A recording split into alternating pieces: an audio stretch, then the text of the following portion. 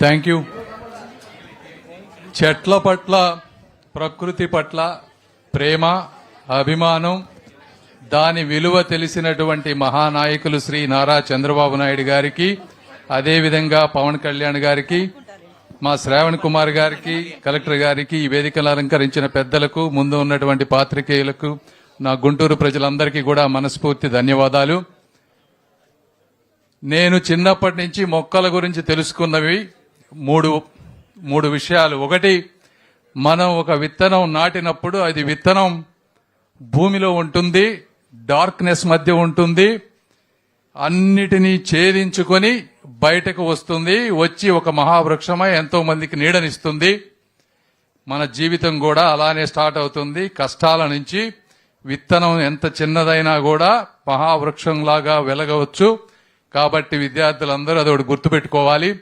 రెండోది, చెట్టు అనేది ఎప్పుడు సూర్యుడి వైపు ముందుకు వెళ్తుంది, అంటే ప్రగతి వైపు, కాంతి వైపు వెళ్తూ ఉంటుంది.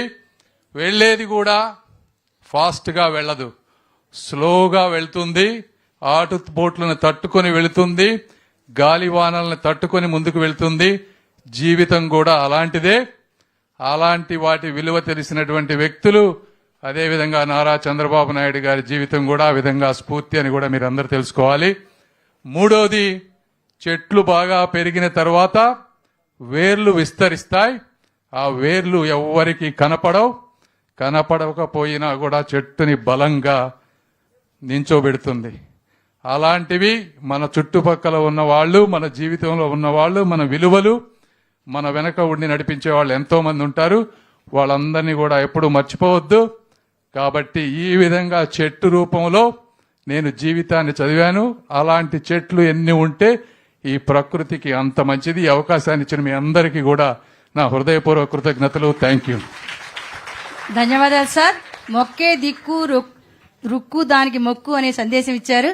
ఇప్పుడు మన మధ్యన అంజనా పుత్రులు శ్రీ డిప్యూటీ సీఎం శ్రీ పవన్ కళ్యాణ్ గారు ఉన్నారు. వారి